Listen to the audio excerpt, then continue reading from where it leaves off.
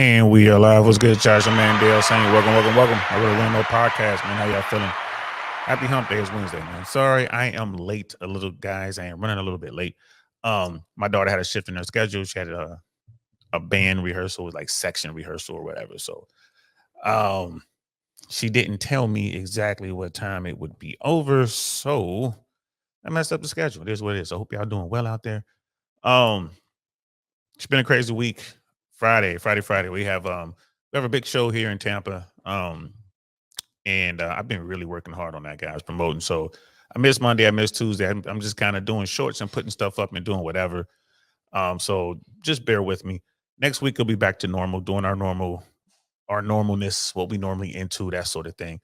But I appreciate you guys being patient. Definitely gonna do today. We're gonna try to do tomorrow. Um, Tomorrow will be early. Uh, you know, Tomorrow's the eve of the show. We have people flying in, so we have to go do a whole lot of running around Tampa, talking to folks, trying to get folks to come out to the show, all that good stuff. This is how it works. You're out here doing, you want to be a promoter, you want to do these sorts of things. It takes a lot of work. So I'm going to try to get on early tomorrow. If I don't, I'll just film from the car and just post it, whatever's going to be good. But so let's get into what we came to talk about today, man. UBI, Universal Basic Income. Is it here? Is that something we want? Is it a good thing? Is it a bad thing? Yo, let's get into it. And we are live. What's good, y'all? Welcome to the I Really Want to Know podcast, y'all.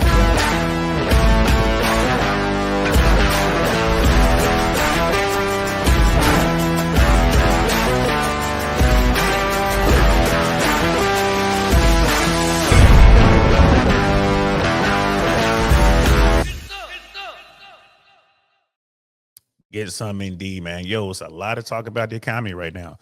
Um, it's an election season, it's election year. Um, you know, the current president is taking a beating in the polls right now, which it is what it is. The election is still a ways off. It looks like it's gonna be Biden versus Trump, the rematch. Trump is looking good going into this thing, at least today. There's a lot hanging over his head. You look at what's going on with the economy right now. The economy is tough. There's a lot of people out there who just saying what they want to say, trying to spin it one way or the other. But there's no denying inflation. There's no denying um, the Fed's intent, Jerome Powell's intent and determination to get inflation down to 2%. They've managed to get it down to around 3. Now it's kind of inching up closer to 4%, which means they're going to have to raise interest rates even higher.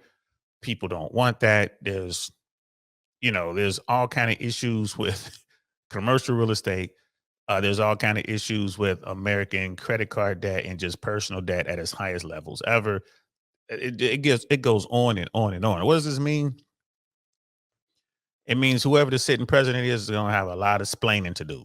That's what it means. It means it's not looking good for the sitting president. And then you look at someone like Trump, dude's just trying to stay out of prison. He got a lot of cases hanging over his head. He has more incentive than anyone in modern day times, or maybe even anyone in the history of America to get into the White House. Like, dude wants to get into the White House so he could wipe clean these cases that are hanging over his head. Um, it's just a lot going on. So George Gammon, shout out to George Gammon, the rebel capitalist. He he has two channels. He has George Gammon and he has the Rebel Capitalist, where he talks about this sort of thing. UBI, or Universal Basic Income, that conversation has been going on as long as the country's been around, believe it or not. I believe it was Benjamin Franklin who proposed it way back, with the founding fathers and stuff like that. Dr. Martin Luther King talked about it, but more recently, Andrew Yang has been talking about it. And Universal Basic Income is basically every American over over a certain age, like over age 18, will get a check. Basically, will get money from the government. It may be $1,000 a month or $2,000 a month or whatever it is. The government would just basically give you a dividend. I think what Andrew Yang was trying to call is a freedom dividend. This sort of thing happens in Alaska. It's been in Alaska forever. Like, if you live in Alaska, the state of Alaska pays you money just for being a citizen. And they want to do something like that here in America. George Gammon is talking about it. And I thought it would be a good video to react to. The Rebel Capitalist has George Gammon, Rebel Capitalist has a conference in Orlando coming up in April, if I'm not mistaken. Maybe it's like April, May. So I might slide over there and just check it out. It's gonna be a lot of people talking about, about finance, about politics. Not so much politics, but about finance and about the American economy and the world economy and central banks. Like, George Gammon and his crew, they're no fans of the central bank. So shout out to George Gammon and his people. So we got this video we want to check out. Want to check out this video. And I mean, man, there's some good stuff here. Some good stuff. Some real food for thought, man. And what George Gammon is going to be talking about is going to require everyone who's watching this. If you're watching this live, if you're watching this on Team Replay, to put it through the old think tank arch. Nothing gets past the old think tank. Nothing. You want to put it through the old think tank. Want to think this stuff through. Think it through, because it affects each and every one of us over here in America. And whatever happens in America is going to affect the rest of the world. So if we take a huge hit, just imagine what the rest of the world is going to do. The rest of the world is pretty much already in recession. You look at Europe, you know what I mean? You look at the UK, you look at Japan, you look at China, the rest of the world is already taking a beating.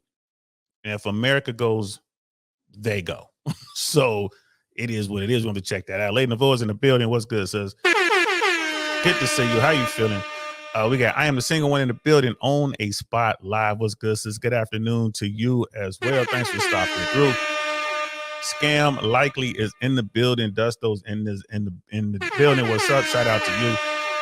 Appreciate y'all, man. So let's get into this, man. Let's listen to what brother George Gammon has to say about what's going on with the American financial system. Oh, so stimmy checks. They're coming. I think it's a matter of when, not a matter of if. In fact, there's a lot of places in the United States where they're getting stimulus checks as we speak. Now, they might not be calling them stimulus checks, but if you're getting a check in the mail every single month from the government, at the end of the day, no matter what you want to call it, it's still the exact same thing. And it will likely have the exact same impact on consumer prices and the exact same unintended or maybe intended consequences from the standpoint of motivating people to work, for heaven's sakes. And it also goes into discretionary income. It goes into the election in 2024. Many of you have pointed that out just in the chat right now. So let's go over to the Wall Street Journal. We're going to back that up with something on CNBC today. Poe Jack says clickbait. Really? You want to go down that path, my friend? All righty then. Let's go right over to the Wall Street Journal. We'll see how much clickbait this is. Governments across the United States are handing residents cash, no strings attached. I don't know what you'd call that other than a stimmy check. Like, again, so what? They're not calling it a stimmy check. But people, governments all across the United States are handing residents cash, no strings attached. And this article is from the Wall Street Journal, and that was March 19th on that article that he's going to be reading from. And he's saying governments, talking about state governments. State governments. I was going to say state and local, but state governments are handing out money in various states across the country. You'll be surprised when you hear what states are doing what and to how much, and why they're doing it, which is key. Brother Smeebles is in the building. What's good, fam? Like, good day, you, bro. It's like, good day. Australia is already in recession. Yeah, like the rest of the world is in recession. And you look at American headlines, and those, they'll say everything but America's in recession. There's always these big numbers, these headlines that come out, these headline numbers that come out. And we talked about this a few weeks ago. That headline number will come out, which is an estimate, and then the real numbers will come out, and those numbers will adjust down. So a headline number would be this great number. The economy is booming. And then a few months later, the real number will come out, which is adjusted down from that number, which isn't nearly as good news. That's going on. That's going to continue to go on. if you go back over the past couple years, you look at these headline numbers, the vast majority of the time they all adjust down recently. I mean, because again, when they put out the article, when they get the initial estimates, they are just estimates. So when the real numbers come, because everything is lagging when you're talking about the economy, everything happens. Whatever happens today, you don't see the effect of it until 90 days down the road. And 90 days later, no one wants to talk about that anymore. So it's crazy out here, y'all. It's crazy. Let's get back to it. Free money from the government, regardless of what name you give it. The net result is the exact same. And it's not just the fact that people are still getting free money in the mail. It's that they're getting their student loan debt forgiven, which effectively is the exact same thing. How is that any different? You still have more disposable income than you otherwise would have. And you say, oh, well, George, that's not really impacting a lot of people. Oh, no? So far, 4 million people totaling 138 billion in relief. Now, it's true that all 138 would not come due as of right now. That's an average of, in fact, let me do the math here. Because the average student loan payment is $400. I know that just right off the top of my head from doing other videos.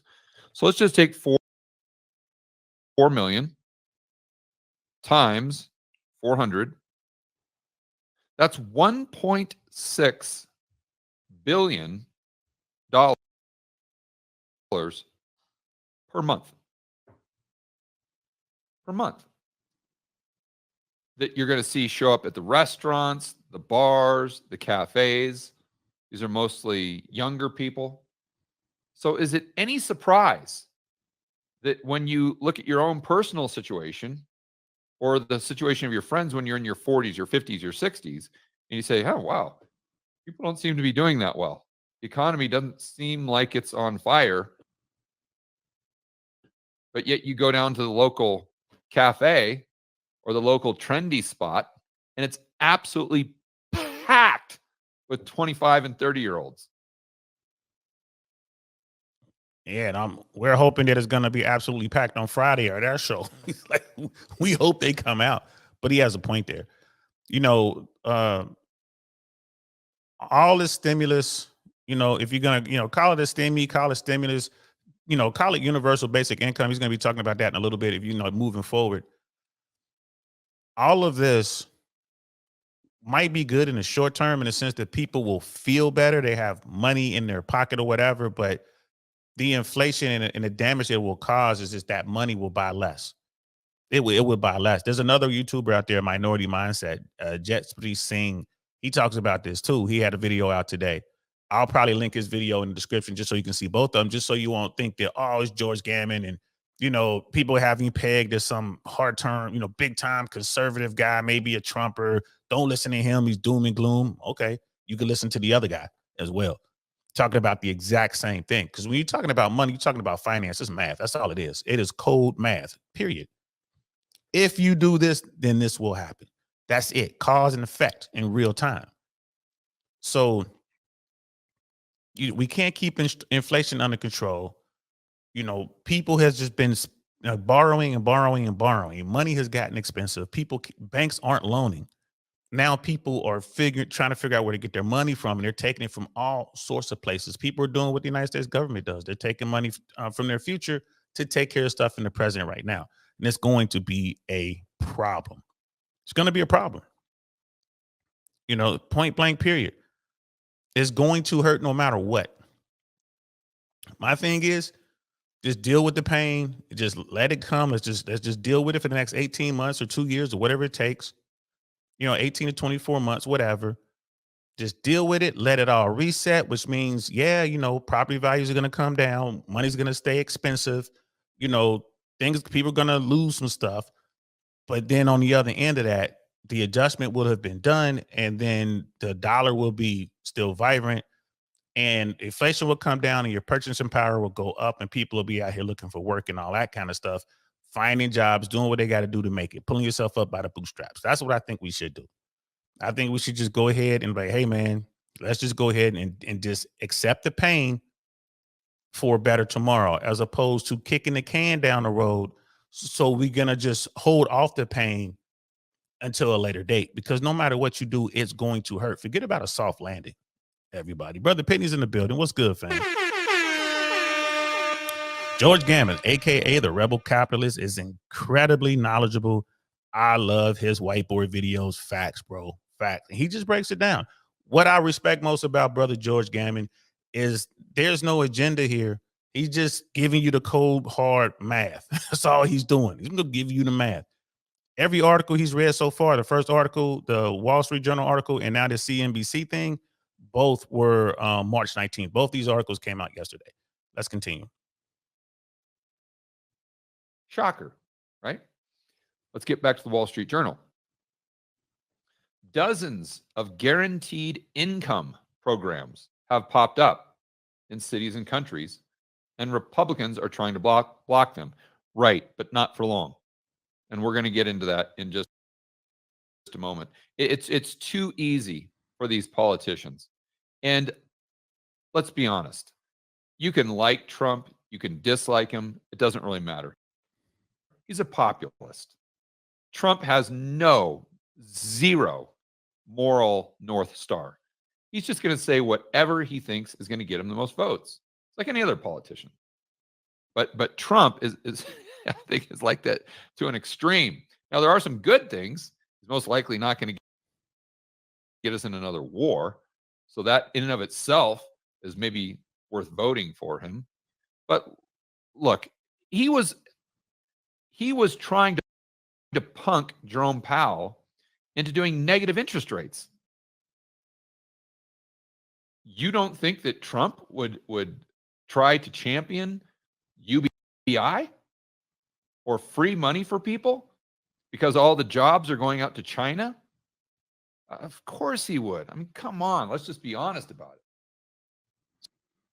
And that's what I'm talking about right there. George Gammon's just keeping it 100% above board. What did he just say about Trump? It was like, hey, man, he's a populist. Trump will tell you anything he believes you want to hear to get what he wants from you. That's it.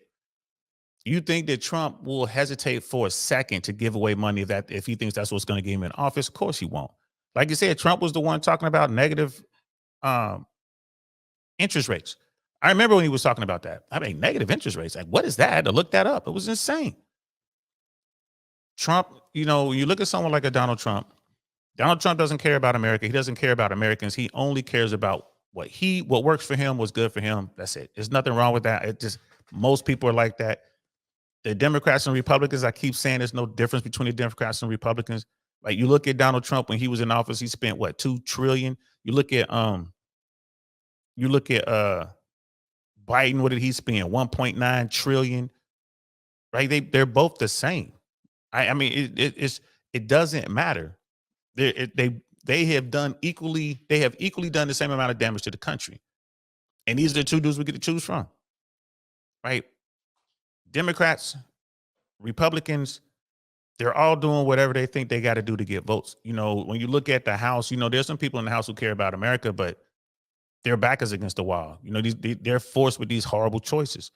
And like I said, George Gammon just pointed stuff out, man. Just pointed out. Brother Smeebles, like a family friend's daughter, husband, makes it out he is rich, but he has everything with debt.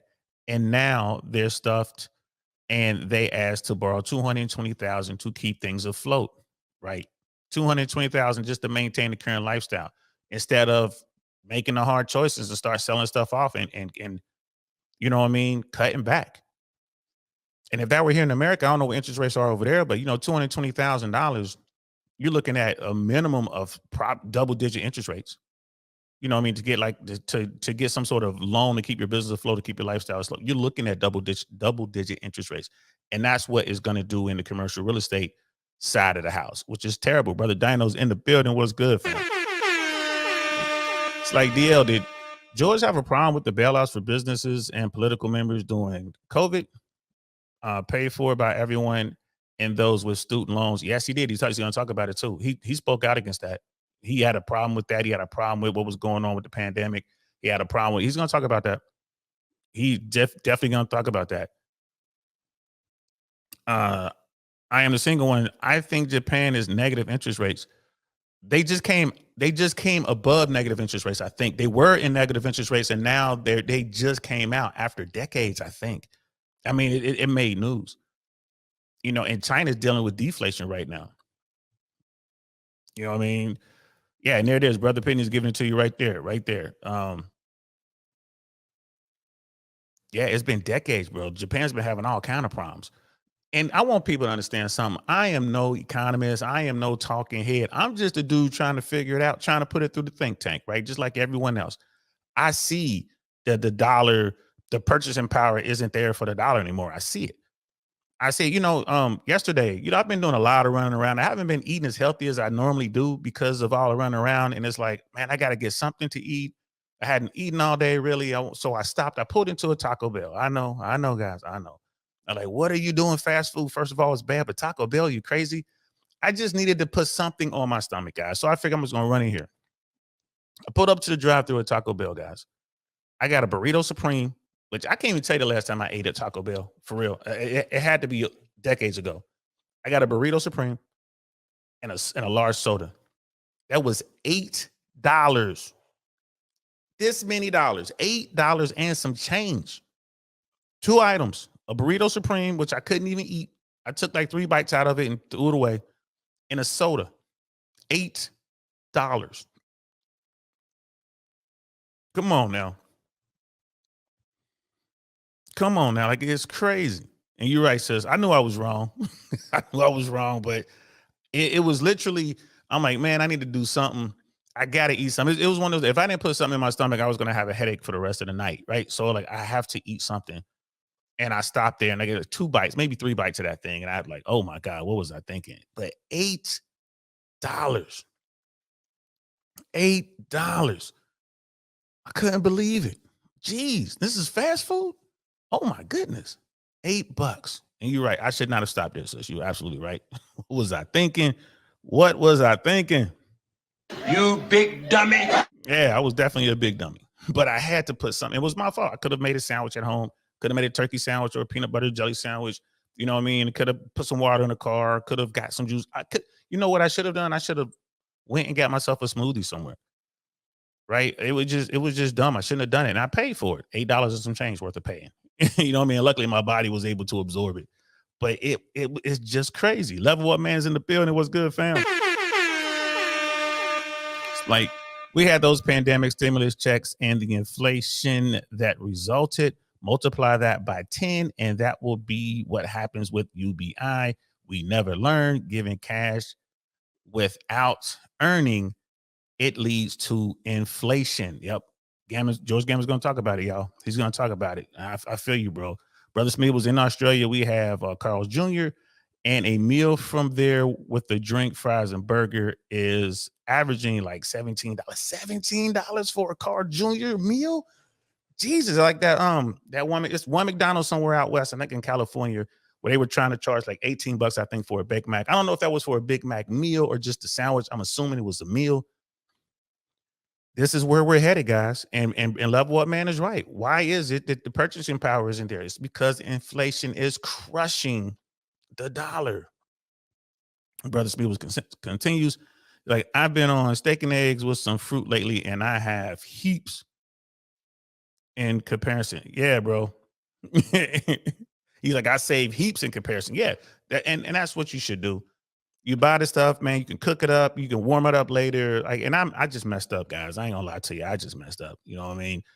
Brother Dino, like DL Taco Bell is cheaper in London. It's probably got better ingredients, man. At least over in London, they use real meat. Like over here, they can't even call the stuff that they put in it meat legally. They can't legally call it meat, bro. Brother Knightish is in the building. Salute to you, bro. Salute. So yeah, man, let's get back to Brother George, man. Let's continue to watch this. This is definitely gonna open y'all eyes, man. Check this out. So anyway, let's get into this, because this is not something that's happening in the future. As the article states, this is happening right now. So it's not even stimmy checks. It's permanent stimmy checks. And when this came out in 2020, 2021, I mean, you could see the writing on the wall, for heaven's sakes. I was talking about it on pretty much every single video that I was doing, that eventually this would be permanent. You can't just give people money every single month and that much money and get them dependent upon that purchasing power and then just take it away. It's not going to work. Eventually, they're going to come back and they're going to want more of it.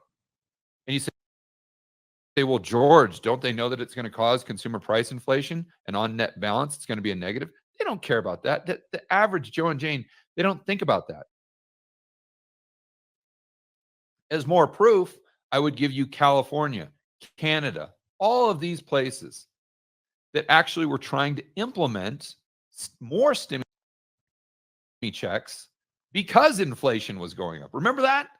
Back in 2022, when inflation, the CPI, was 9%, what were the politicians talking about? They were talking about the need for more free money just because inflation was so high, and that's the only way that people are going to be able to afford to pay their bills. So I don't think that inflation is going to be a constraint on this. In fact, inflation might even be the catalyst to permanent UBI or whatever you want to call it. But let's keep going here and see what's happening right now. See, that's what we're just talking about right here. Like that makes sense to me, because they can't get inflation under control, because they're going to want to do something with commercial real estate in the form of some type of bailout. Politicians understand they just can't give money to Wall Street without giving something to Main Street, right? So what are they going to do? It's going to come in another form of a stimmy or some variant of universal basic income, because they're going to have to keep doing it. You get people hooked on it, bro.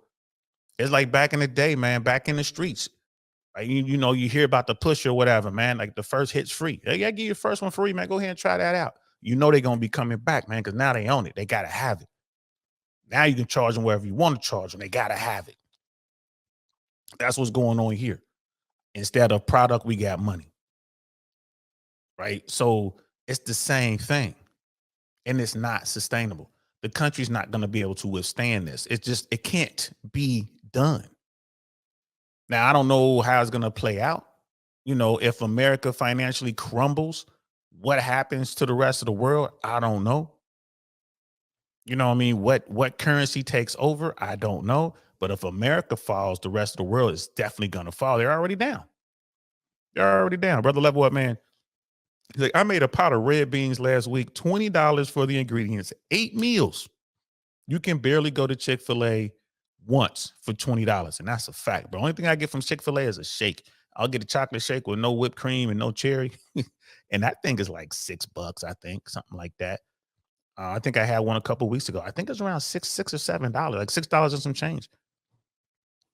You know, if you go to McDonald's and get a Big Mac meal, bro, you're looking at $14, $15, I think, for a Big Mac meal, I think.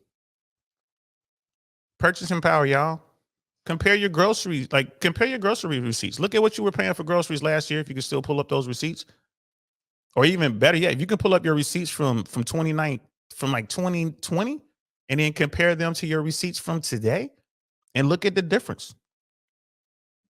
Just kind of look at it, like look at each item, like, okay, look at what you were buying, and you know, kind of compare, like, okay, I buy the same type of milk, so I got this milk versus this milk. I bought this milk 4 years ago, it cost this. I bought this milk today, it costs this. And look at how much more money it takes to buy stuff. Brother Pitney is like, a UBI program will permanently devalue the dollar. This is just socialism with a nice gift wrapper. The government will eventually run out of other people's money. Well, you're probably right, bro. Let's continue. As we speak, this isn't something that's talked about in the future. Although, like I said at the beginning of this video, if you just look at the writing on the wall, this is not a matter of if, this is a matter of when. And I think this dovetails perfectly into a CBDC. You have a banking crisis, take all the commercial bank deposit liabilities, move to the Fed's balance sheet. Fed's balance sheet is infinite. Therefore, the politicians come out and say, look, Why don't we just go ahead and now we can control broad money? We don't even have to go through these other chains of command. It's far more efficient. We can just put money in people's back pocket.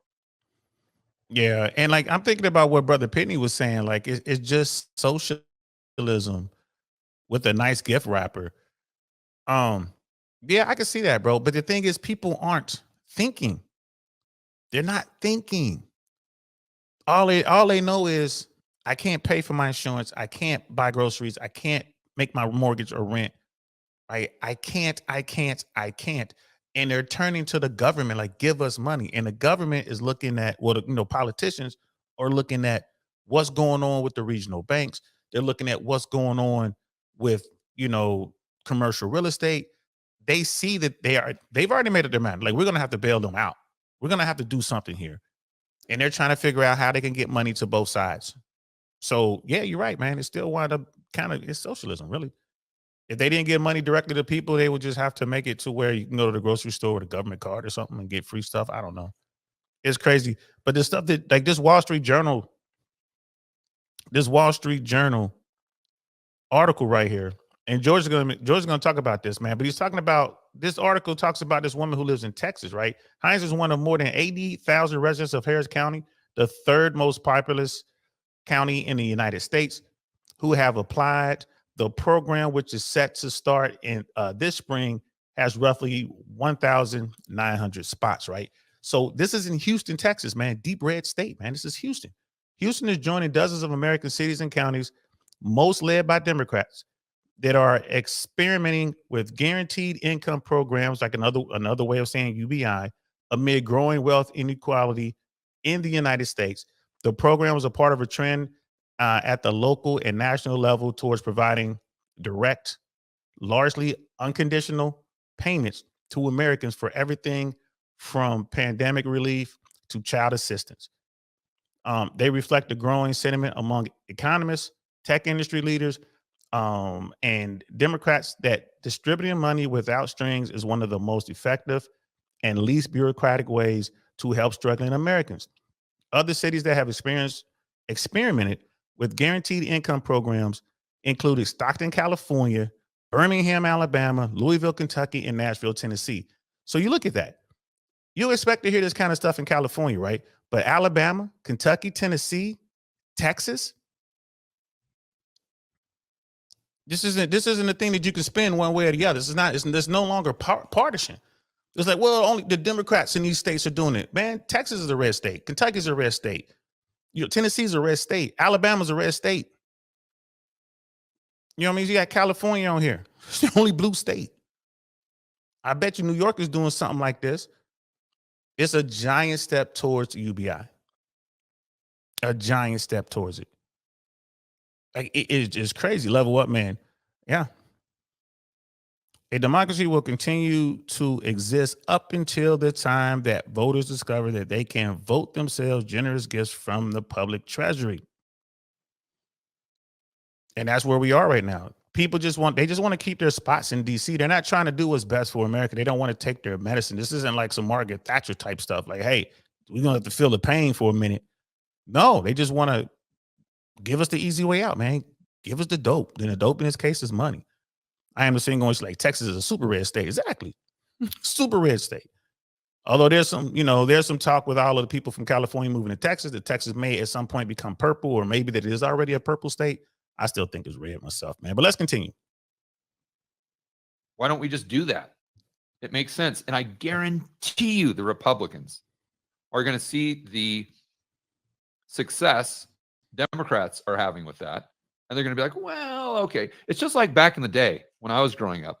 The Republicans were the deficit hawks. Facts. They're the ones that, oh, no, we can't spend this money. We can't spend this money. Now, the Republicans, they get into office and they spend just as much money as the Democrats. It's almost like a game of who can spend the most money. I mean, this is ridiculous. So mark my words that I make very few predictions, and obviously there's no certainties. But this is something that I have 99% confidence in.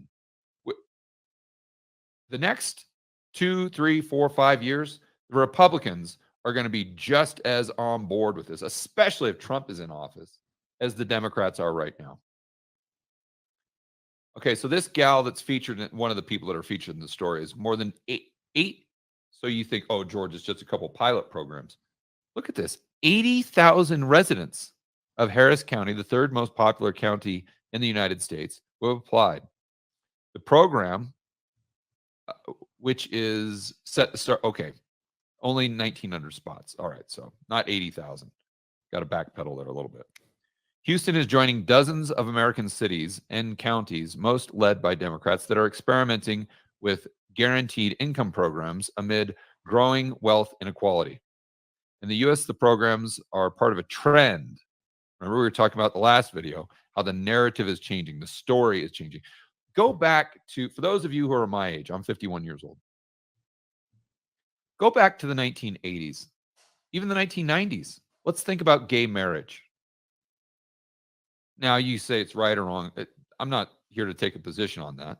Although I think the institution of marriage in the state is absurd just altogether. I don't care if it's a dude and a dude or a guy and a girl or whatever it is. The fact that you get the state involved there is completely ridiculous. Agreed. I think people should be able to do whatever the hell they want to do.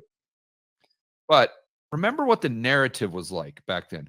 In fact, remember when Bill Clinton was president and Hillary Clinton and all of these people, these Democrats, came out against gay marriage. This was back in the 80s and 90s. And all of a sudden, you saw gradually, that story, that narrative started to change and change and change and change. And now all of a sudden, it's not just the Democrats, it's everybody. It's the Republicans. Everybody's on board with gay marriage. Not saying it's right or wrong, is what it is. And I can almost assure you it's going to be the exact same thing with UBI. The exact same thing. What you think that the Republicans have some sort of ethical North Star where they're going to be like, well, I know I could get reelected if I do this, but I'm not willing to go that far. I mean, come on. These Republicans in most of these states are the guys that did the lockdowns. Now, maybe not as hard as the Democrats, but they still did them all together. Remember, Trump was the guy, my memory serves me right, that came out with the medicine in the first place. Remember, he was taking credit. It was his medicine. In fact, remember, all the Democrats didn't want to take his medicine at the beginning. Then 1 year later, when they're out of office, they're making it mandatory for you to inject it into your kid if they're going to a specific school or whatnot. Anyway, I love the way Brother George Gammon makes his points. And y'all can see he's apolitical. He doesn't care. Let's look at the facts, y'all. He's telling the truth. Like, vote for who you want to vote for, but y'all doing the same thing. Like, you think that, whatever politician, Democrat or Republican or whoever, that they have some sort of moral, North Star, some moral compass going to keep them, from doing what's going to keep them in office versus doing what's good for America. There's not a lot of them. It's not a lot of them at all. It's a few of them out there, but y'all don't know their names unless you live in their districts. There's not a lot of them out there. Most of them will do and say whatever they got to do or say to keep their seat. If that means voting for UBI or some sort of stimulus where you're just going to put money in the pockets of the everyday American, then that's what they're going to do. That's what they're going to do. They're not going to stand up and say like Republicans, like the real Republicans from back in the day were like, no, we can't spend all this money, man. Look at the deficit. We got to get this down. No one talks about America's debt except for watchdog groups. All the politicians just rubber stamp whatever bill comes down and they just turn on the money making machine. And then there they go. They just start giving the money away or whatever they're doing. Right now, you got someone like Jerome Powell who's sitting there, right, at the central banks like, bro, we can't just keep doing this. I'm going to have to keep raising interest rates. And now they're all jumping on Jerome Powell, the Republicans and the Democrats. You got lower interest rates. You got, the Realtor Association out there. You got lower interest rates.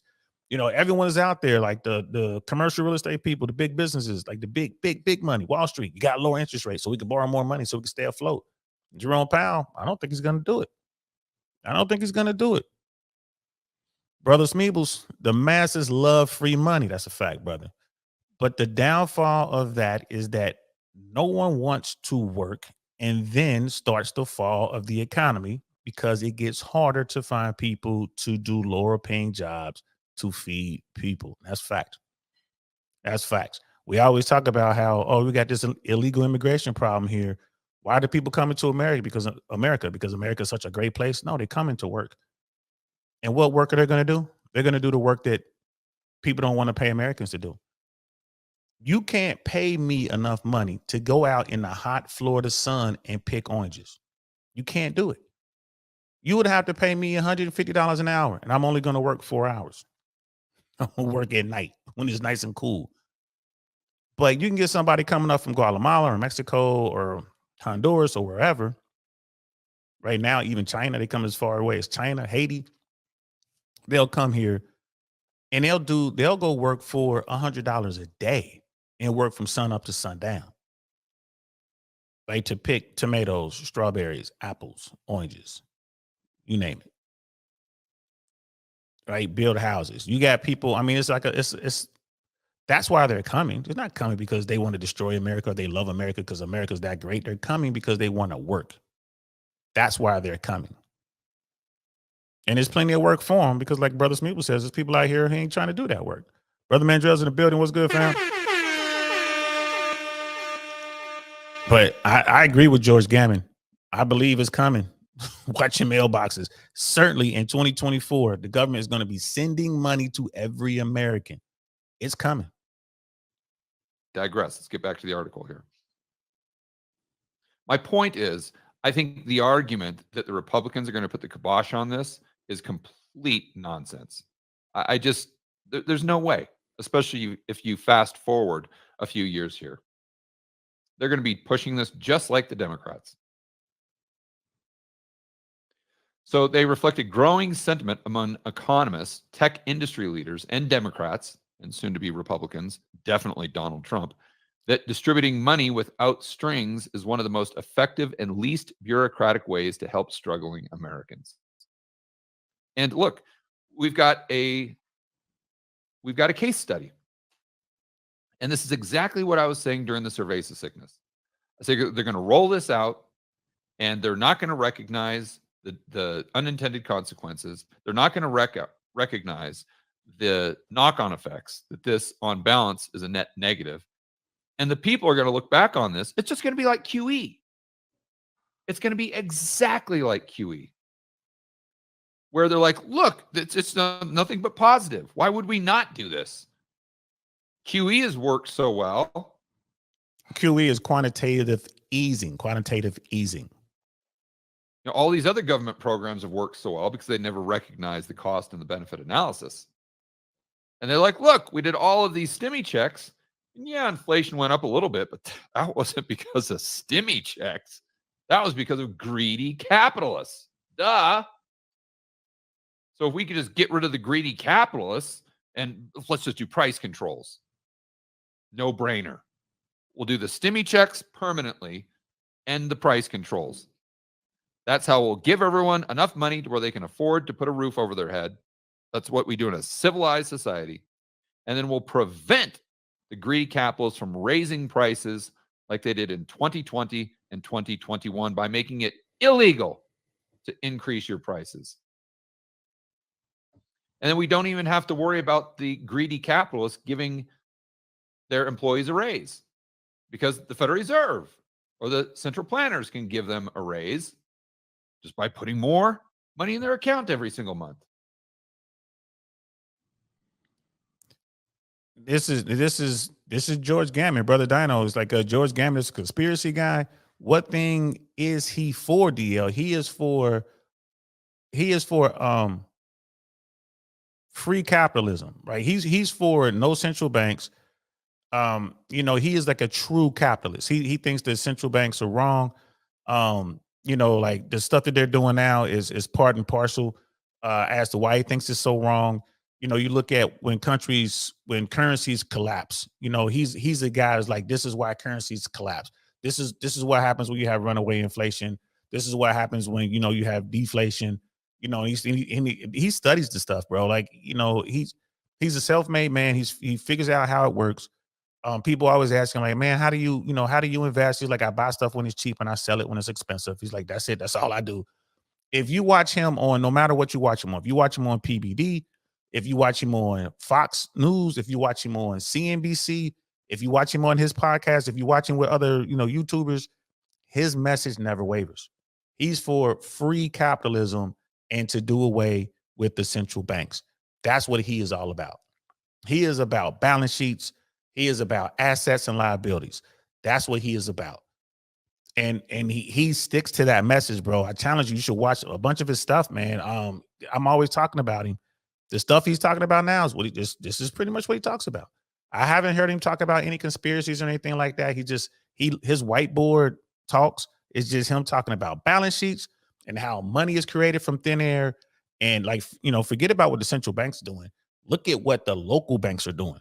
And he talks about that in depth, and it makes a lot of sense, bro. I can't sit here and say for certain, because I'm no economist. I haven't studied it. But from what I'm gathering and from what I'm reading, and then, listening to other folks, it's like, man, he's on point.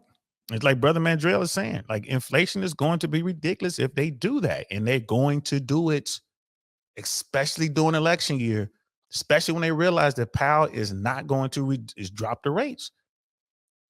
Powell is not dropping the rates. He's like, hold on, man. He's not doing it.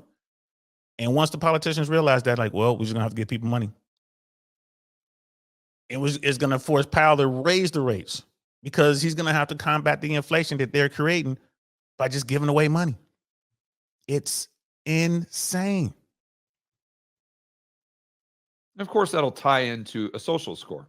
You've got to, again, sit back and look at how utopian this is for someone who has an insatiable lust for power. Then you have to recognize that that's 99% of politicians. Why wouldn't they do this? This is the no-brainer of all no-brainers. And Brother Dino, I guess to your point, if we're going to get into the conspiracy stuff, I guess the conspiracy would be the social score, the central planners, and the politicians, restricting who has access to money, because you can do that with the current system that we have. You can't do that with cryptocurrencies, but you can do it with the current system that we have. So you look at China, and he talks about those scores that they give you, and you have to be a good citizen or whatever, and they watch everything you do. Okay, that's the conspiracy part. I can see that. Like, all right, I'm not going to argue. I'm like, okay, that sounds, conspiracy stuff. But that's how it works in China right now. You know what I mean? But I get it. I'm like, oh, okay. But when he talks about balance sheets and he talks about assets and liabilities and who owns what and what currency do they owe it, because a lot of people like, oh, people are going to come off of the dollar, the rest. We're going to have a new reserve currency. But he breaks it down. It's like, well, the money that's owed is owed in dollars. So even if you're going to get a new currency, all the money that's owed, all the trillions of dollars that's owed around the world, that money has to be paid back in dollars. You just don't get to, okay, we got a new currency over here. It's called blue bills. Blue bills are worthless. If someone owes me $1 billion or $1 trillion US dollars, I gave you $1 trillion US dollars, you got to give me that $1 trillion US dollars back. Now we're even. And if you want another loan, I'll give it to you in blue bills. But I'm not taking $1 trillion. I gave you $1 trillion US dollars. You're gonna have to give me $1 trillion US dollars back, and then we can move over to the new currency. And I was watching George Gammon talk about that, and I was like, yeah, that makes sense to me. Like, you just can't replace it with something else. Like, oh, we got blue bills, so I'm gonna pay you $1 trillion in blue bills. That's gonna make us square with the $1 trillion US dollars that I borrowed from you, 5 years ago. No, it's not gonna make you square. Go find me $1 trillion US dollars.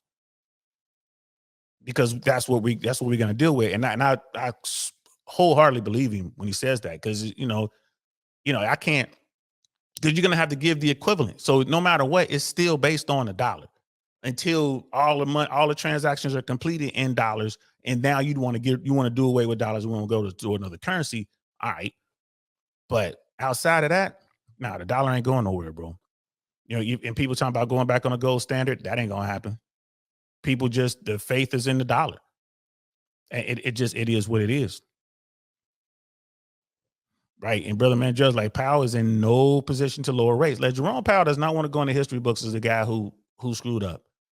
He's not going to do it. I'm sorry, man. He's like, nope, I'm gonna keep these rates high.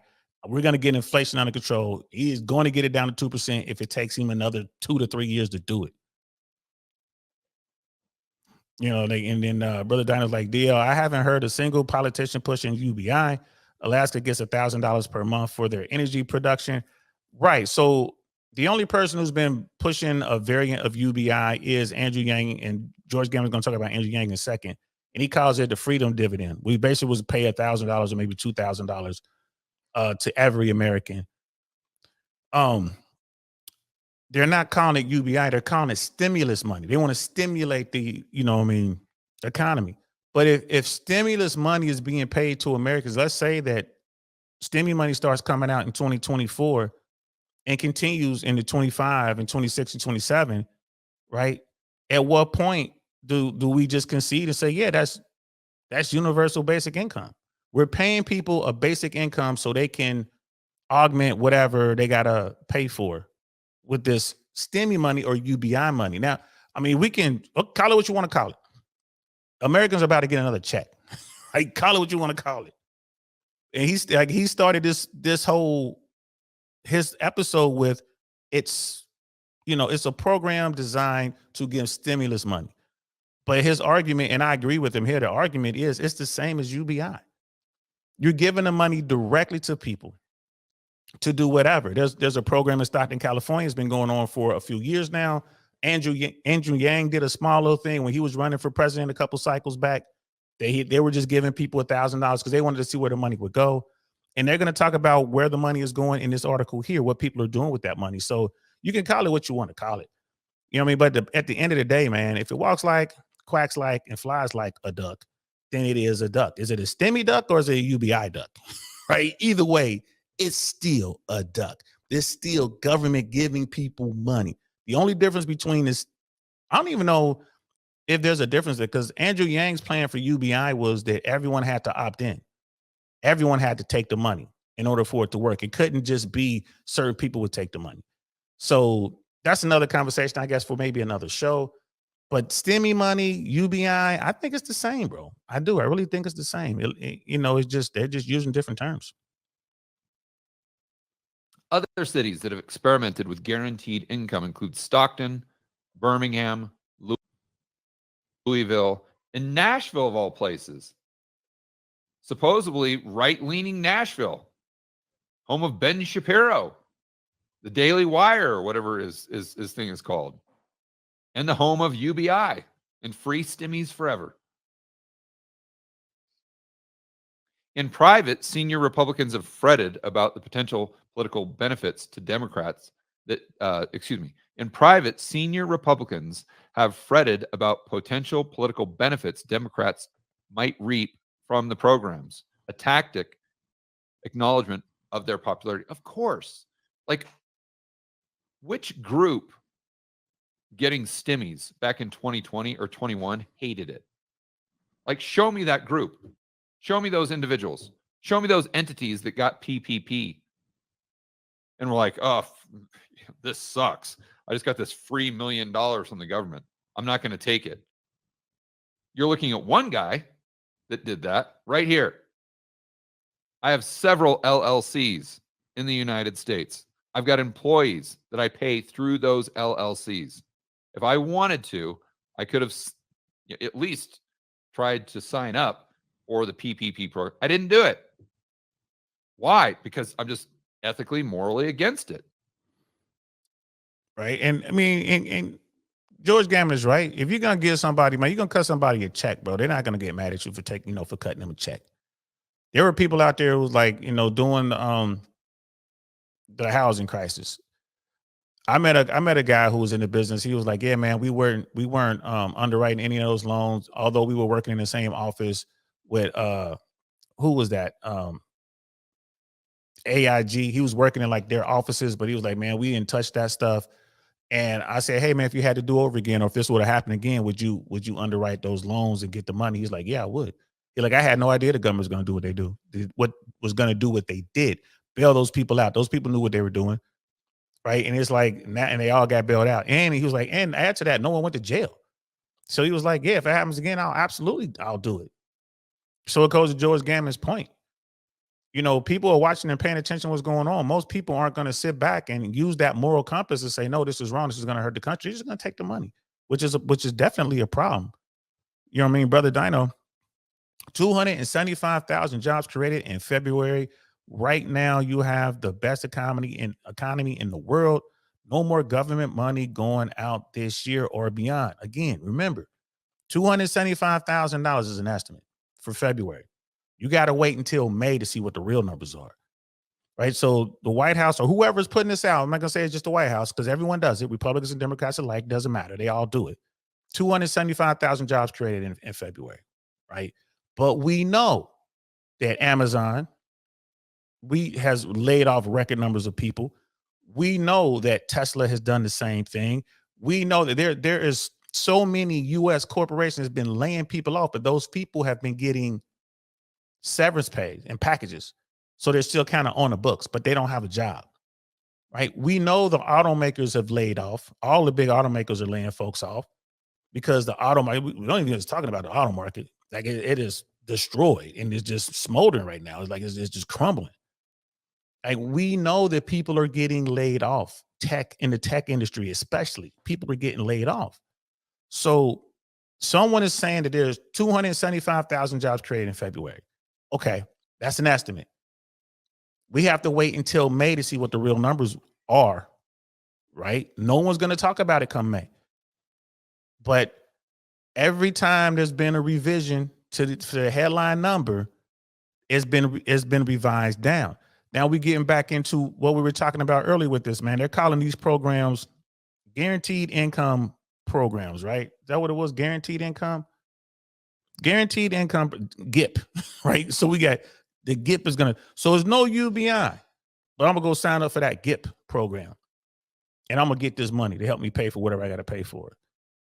Instead of dealing with the pain so America can become that phoenix to rise up from all the rubble and get everything back on track.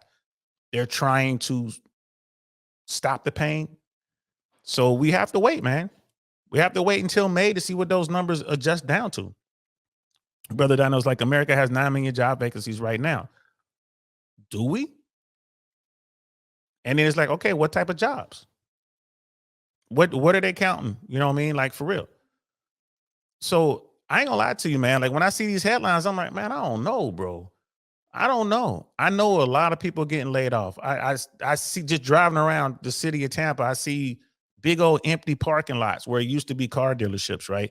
I see in these strip malls, man, big old signs, you know what I mean? Space available, you know what I mean? Leasing options.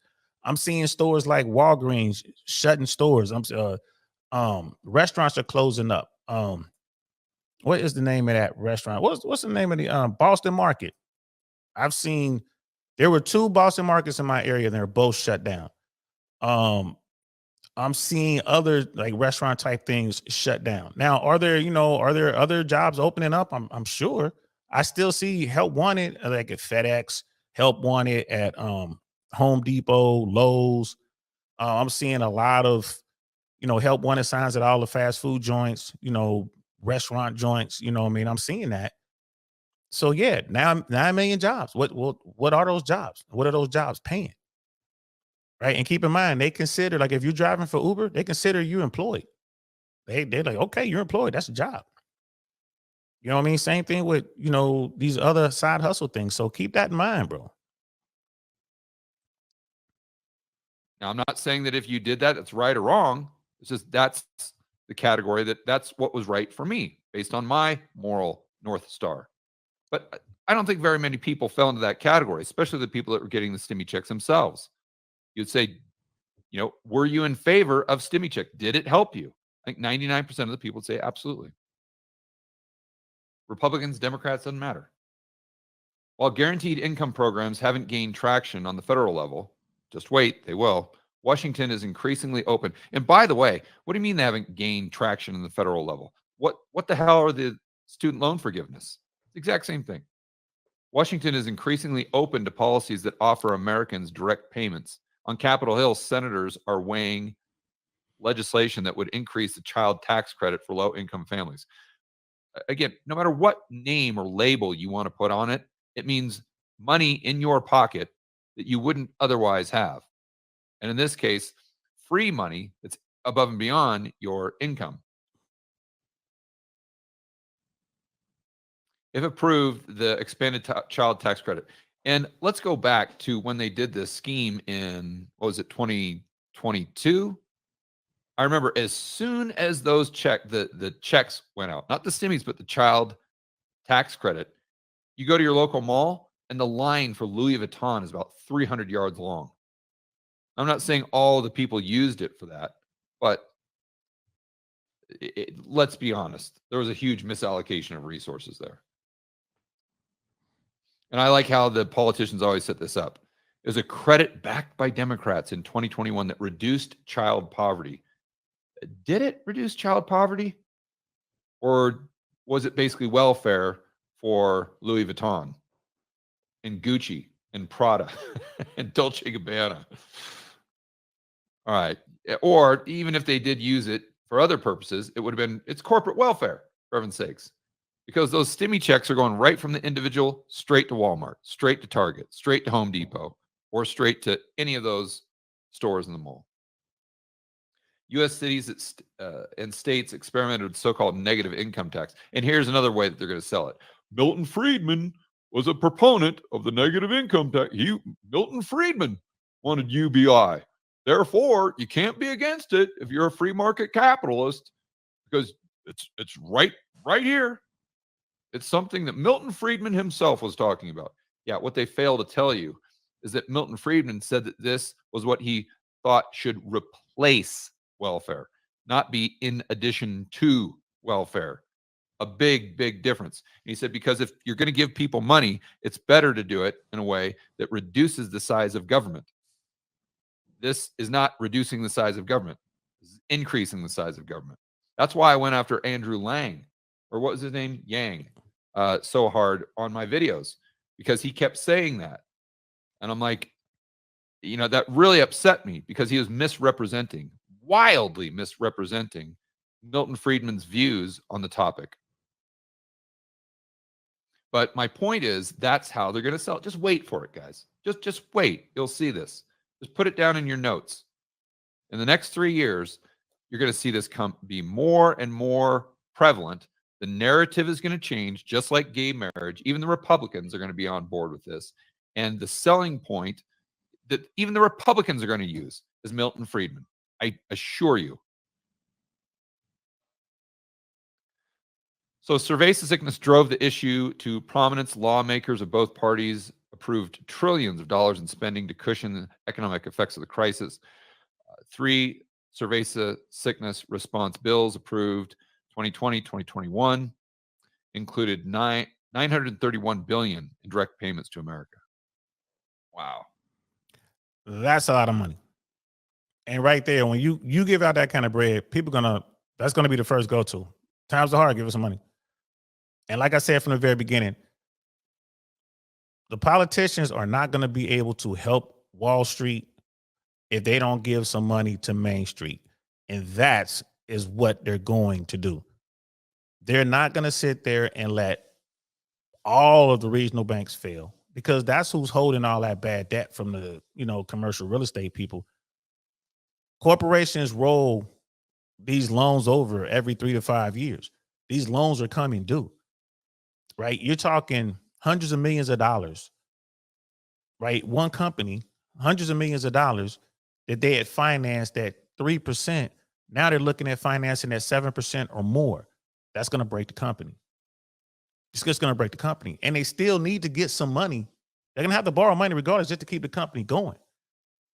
These companies don't have that kind of cash. They don't have that kind of, money sitting around so they can finance their operations daily.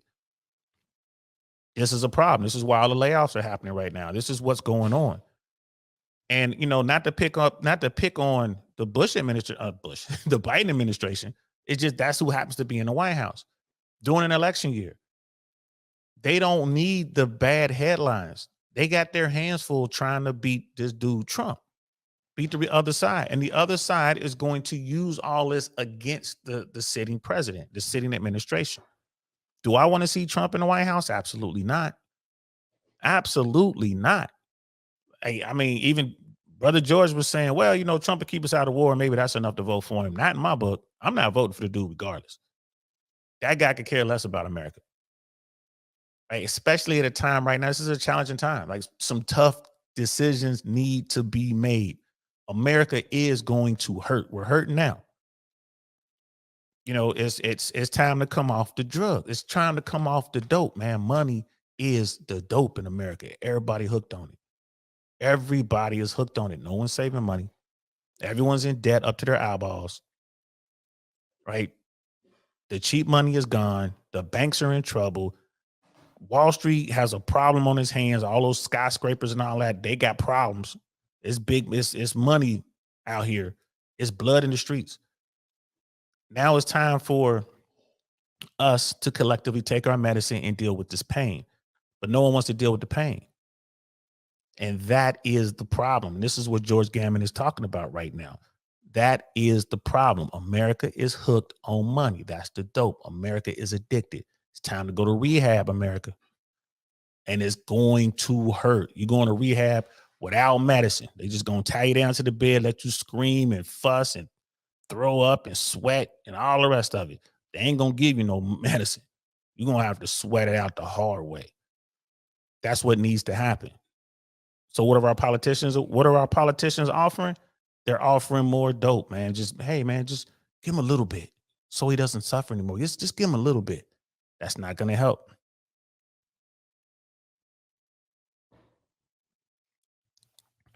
I mean, Brother Dino looked it up. He was like, September 2021, George Gammon predicts a 2022 economic depression. Right? And, hey, you know, everyone's waiting on something. You know, he made the prediction. You're right. You're right. He made the prediction. Everybody's, you know, here it is, 2024. You know, he's predicting, looking at it, what is that inverted curve? The curve is still inverted. And he's not the only one. There's a bunch of people that are like, hey, man, so why hasn't it come? STEMI, right? Now we got this guaranteed income program, GIP, UBI, STEMI. Something is propping the American economy up. Something is doing it. Something is holding it up. What's holding it up, bro? What's holding it up? You look at the banks. You know what I mean? Look what happened in 2022, man. That's when we started losing banks, right? Into 2022 and 2023. I'm not saying that he's a clown, bro. I can't say that. You know, it's like he predicted a depression and banks were collapsing and the purchasing power is down. And look at what happened in, you know, Argentina, Venezuela. You know what I mean? Look what's going on around the world. How is the rest of the world is suffering and America is not? Come on now. We're all tied in too deep. There are people pulling some strings and doing everything they can to kick this can down the road. Eventually, it's going to unravel, I think, bro. Eventually, it's going to unravel. I mean, the banks, we had major bank collapsing. And then what happened? The government came in and propped up some of the banks. They took over some banks. They had some of the too big to fail banks get involved, right? And then some of the regional banks who got involved in that and took over some of these failing banks. Now they're failing, right? And all this is leading into, you know, rolling over these loans with these higher interest rates. And this is why they're putting so much pressure on Jerome Powell to lower the interest rates. I don't think he's going to do it. I don't think he's going to do it. He's going to let these people think he's going to do it. He's not going to do it. That is definitely going to affect the stock market. That is definitely going to affect other people. It's like the economy does better under Dems, facts, W Bush economic crash and Trump economic crash. I hear you. All I'm saying is this, right? I'm never going to vote for Trump. But there's a lot of people who don't use the think tank. All they're looking at is, how am I feeling right now? I need money. And these whoever's going to give them the money, that's what they're going to vote for. It's a lot of people that don't like. Add to the fact that the whole he's too old conversation and all that. There's no one was crazy about Bush to begin with. But I keep saying Bush. No one was crazy about Biden to begin with. They just don't like Trump. And right now, if the election were tomorrow, according to the polls out there, Biden would lose. But hey, man, you can't go by polls. We got to wait till election day and see what America does. But there's more pain coming. Here in Florida with insurance, like homeowners insurance, health insurance, auto insurance, all that's way up. All that's way up. And I mean, how does that affect the voter? They're just like, hey, all this stuff is going on. This dude he's in office. I don't think I like what's going on. I'm gonna vote for the other guy. That's what you have. And a lot of this stuff is due to what Trump did, what the Trump administration did. And then Biden spent as much money as Trump did. But all that, you got to pay for that. Again, I'm not crazy about a Joe Biden. I don't want Joe Biden in office. But if given a choice between him and the other dude, I got to go with Biden 100%. But there's only so far that you can go. And I agree with you. Like the Republicans, like W, messed up. That was the housing crisis under him. Trump, he would have messed up, man. He definitely fumbled when the pandemic hit. They had, Obama had people on the ground in Wuhan. We was trying to warn America that this is coming, and the Trump administration didn't pay attention because Trump doesn't care. And he fumbled. He had his Black Swan event, and he messed up. And what did he do to fix it? Threw money at it. They shut the economy down. It was a horrible thing to do. Threw money at it, and then you look back on it, and it's like, yeah, it was an overreaction. Some people swear about it. Oh, we had to do it. Like, man, I don't know. I don't know about that. Brother Pitney, everyone has their eyes on 10Y, 2Y yield. Yeah, the 10-year and the 2-year yield curve. And the feds know this, right? We're talking about the inverted yield curve. Exactly, bro. I think all this talk about a soft landing could be an effort to allay fears of a cataclysmic economic event. Yeah, bro. Damn, you smart, man. Those are big old words. Some big old words. You know what I mean? I got some big words too. Yeah, I agree with you 100%. Right. All this talk about a soft landing is to, avert people from seeing the defecation hit the oscillator. Those are my big words. I just said the shit hits the fan, and that's what's going on. Last good man in Jersey's in the building. What's good, fam? It's like the electoral map is painting a very bad picture for Trump. I don't see how he can win given the climate in key swing states. Again, it depends on what you're looking at. I'm gonna do a show about the polls and all that kind of stuff. And trust me when I tell you, the Democrats are worried about the polls. Trump is doing surprisingly well in some of these swing states, and he shouldn't even really be in the conversation. The fact that he's competitive in some of these states. You're looking at Pennsylvania, you're looking at Michigan, you're looking at Wisconsin.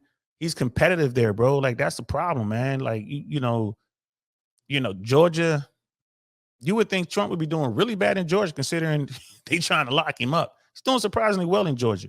But again, we're still months away from the actual election. They haven't done any debates or anything like that, which is going to be key. It is what it is. And Brother Dino, Trump lost by 6 million votes, and he has only lost votes since January 6th.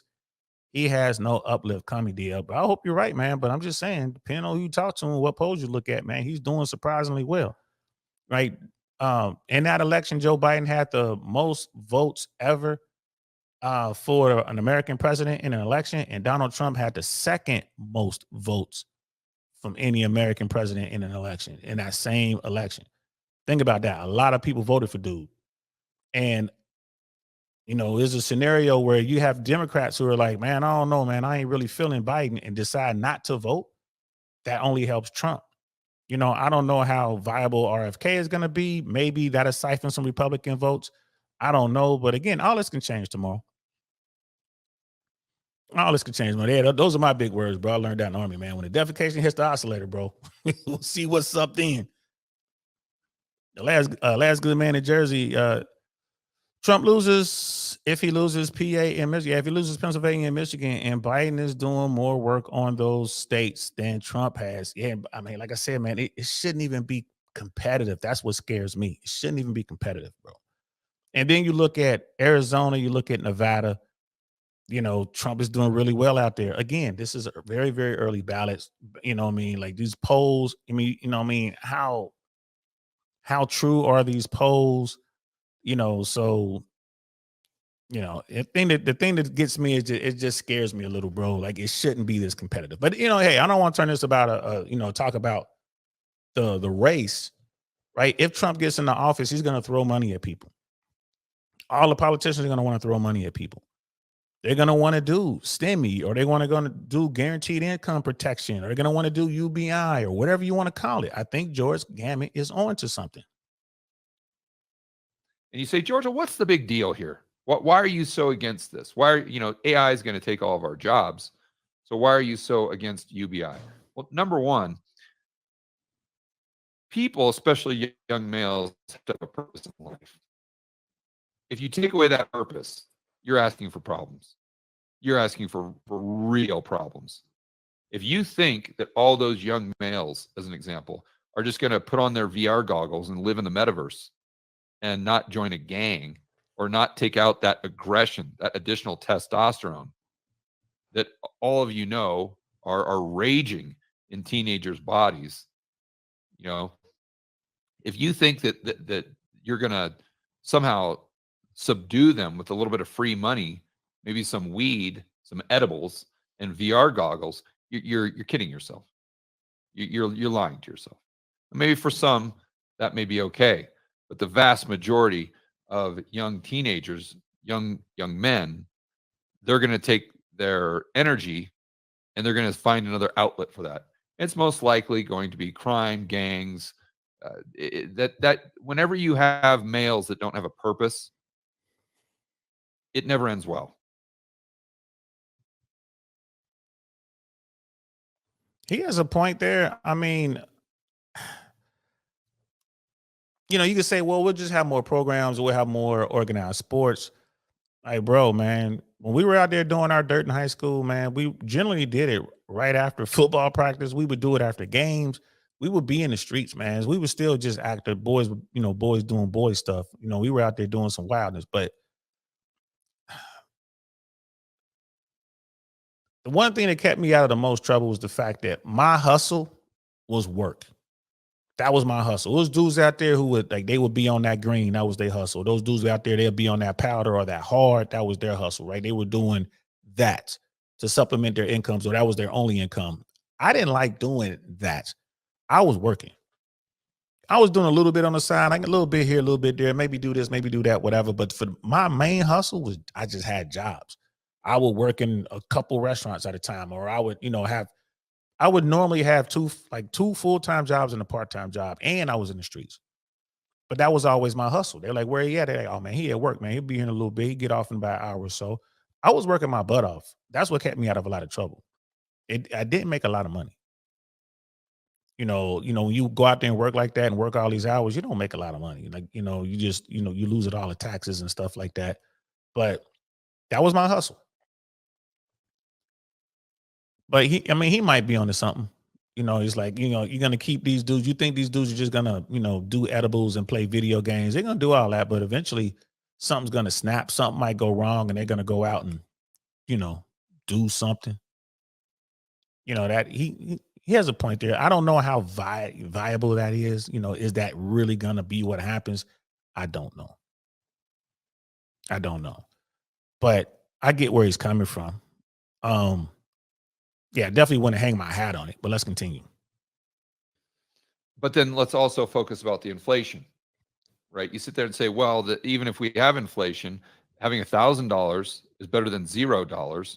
Or right, but what ends up happening is the consumer prices go up to the point where your purchasing power is the exact same.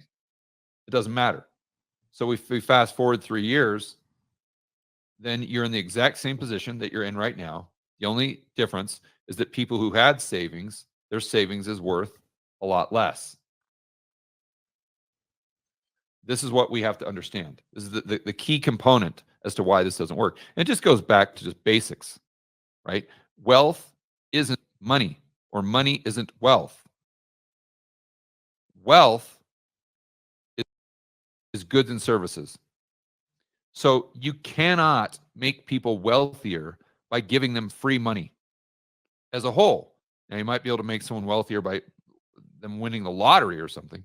But as a society at large, the only way to increase the wealth of that society is by making them more productive. It's not by giving them stimmies or free money. And what happens is when you give them free money, it has the opposite effect. It actually makes them less productive. So by definition, over the long run, it makes them poorer. So they go on to say that all these central planners at Stanford, they got the basic income lab. Wow, that sounds official. Participants spent most of the monies on grocery and retail sales. Yeah, but Gucci would also fall under the category of retail sales. So what they're trying to say here is that, they're not going to use this for leisure. They're not going to use this for anything other than groceries. Fine, so be it. Then what's going to happen to the cost of groceries? It's going to go up to the point where there's no additional purchasing power. Again, why? Because we don't have more groceries. That's what people don't understand. If you want more people to have more groceries, you have to have more stuff. You can't just have more money.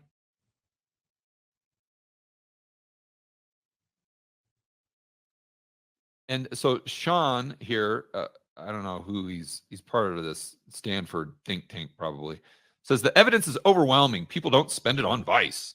They spend it on, I'll tell that to the long lines at every single designer store at the mall. But setting that aside, they spend it on necessities. Okay, fine, Sean. Let's just assume they do spend it on necessities. What's going to happen to the price of necessities? It's going to go up.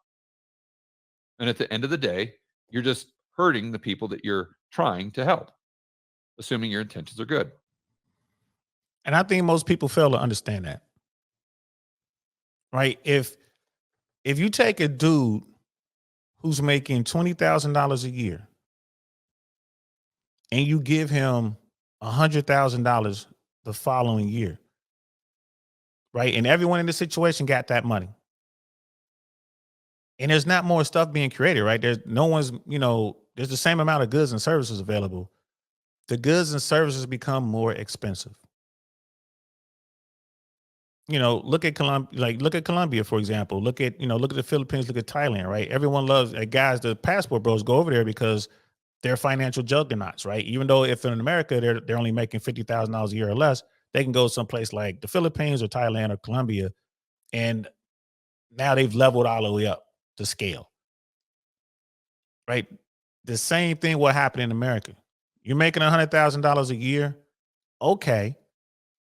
You were spending, let's say $200 a week on groceries. Now you're spending $1,000 a week on groceries. Right? So yeah, you have more money, but you have to spend all the money. So you're still in the same situation. You just well, I got all this money in the bank.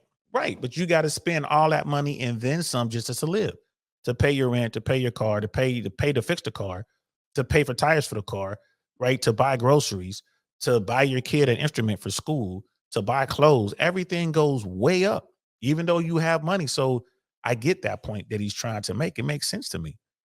It makes sense to me. It doesn't matter how much money you have. If you can't afford to buy the stuff that's out there for sale. Brother Dino is like, George, nobody is talking about UBI. No, they're not talking about UBI. They're talking about GIP. But all right, same thing. He's like, DL, look at the Scandinavian implementation of UBI. It's very successful for them due to their massive energy reserves. Yeah, America has massive energy reserves too. America can afford to use a version of UBI. In fact, Andrew Yang pointed to Scandinavia when he was making his push for this. And he still talks about it, right? If Andrew Yang wants to call it a freedom dividend, he doesn't even want to call it UBI. He wants it because the focus group said it sounds better if it's called a freedom dividend. It's still just money coming from the government,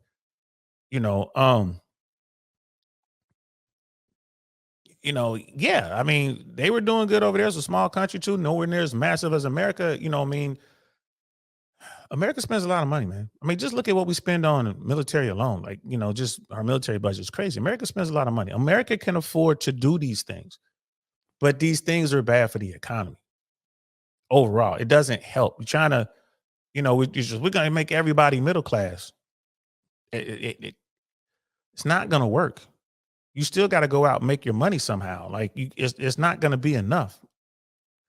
But he's right though. I remember right after the pandemic, like when I moved out here to Florida, y'all know I'm in Miami a lot. I was in Miami. Man, he ain't lying. You go to the mall, it's just they got ropes and lines set up, a queue, as they call it over there where you at, Brother Dino. It's lined up outside all the high-end stores.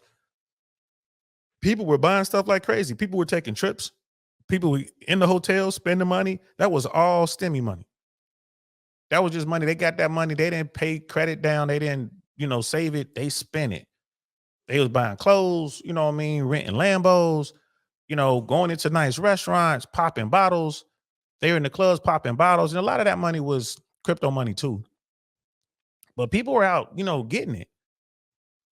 Something like that will happen if they decide they're going to pay every American, $2,000 a month for 3 months or something like that. Give every American $6,000 or whatever they're going to do. That money is going to get spent in other places. There are going to be people who take care of business, but then there are going to be people like, cool, I'm about to go out here and have some fun. I'm finna go to New York. I'm finna go to Miami. I'm about to go to Vegas. Go check out some F1, baby. And they're going to put that money in. That money is going to go, like George Gammon said, right to the 1%. It's just how it works. Call it what you want to call it, but this is going to happen. I'm with George Gammon on this one. I think that the government is going to come out. They're going to pay Main Street so they can bail out Wall Street again. I think it's coming. But he allowed for the possibility that a small number of recipients could spend the money on non-essential purchases. Again, I don't even think that's they're trying to make that the debate, as if you give people free money, and if they spend it on childcare or something, then all of a sudden that makes it worthwhile. And all of a sudden that justifies it. No, absolutely not. Because again, you bring up the price of stuff to the point where over the long run, their purchasing power will be the exact same, if not lower than it was to begin with. But what you're doing is you're decreasing the motivation to go out there and to try to be more productive, which at the end of the day is how you increase the standard of living, more specifically for the poor and middle class.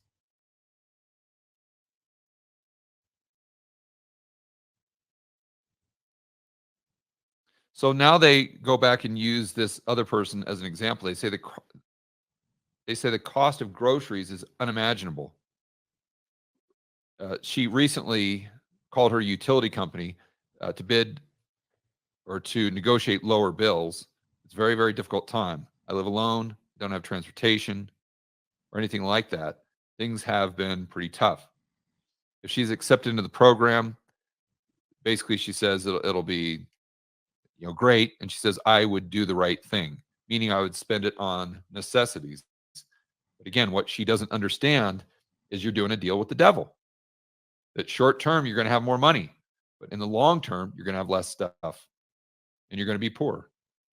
That's what they don't tell you, of course, because what they're trying to do is just seem as though goods and services and standard of living and wealth just grows on a tree, and that the only reason that we haven't eradicated poverty is just because we're not generous enough.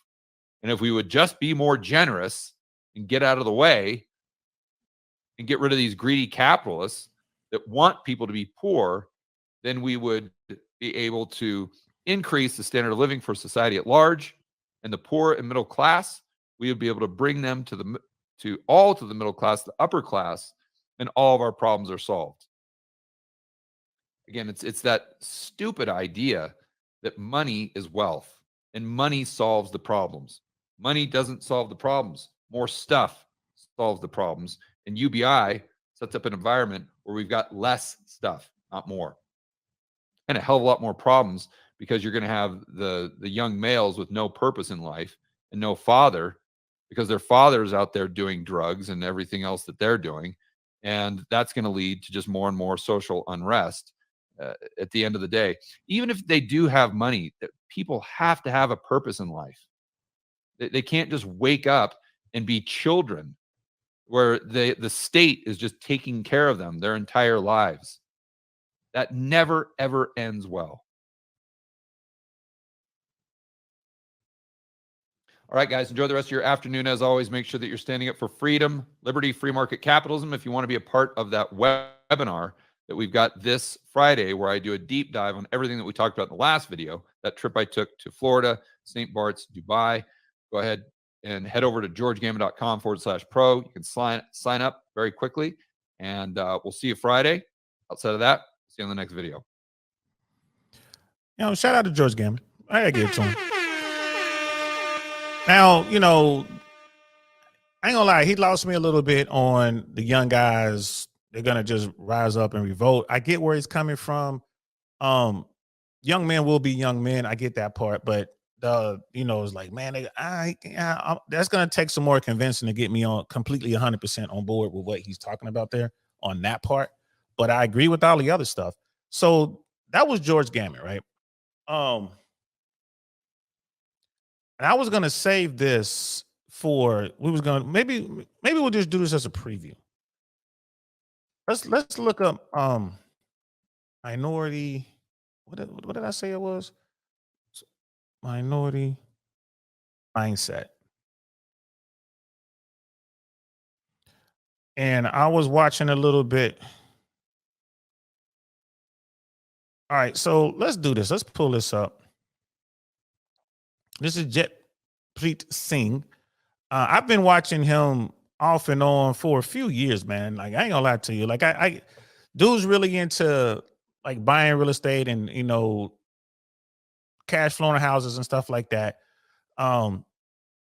He's still into that, but he also talks about economy stuff, right? So let's just pull this up real quick. Let's have a look at this.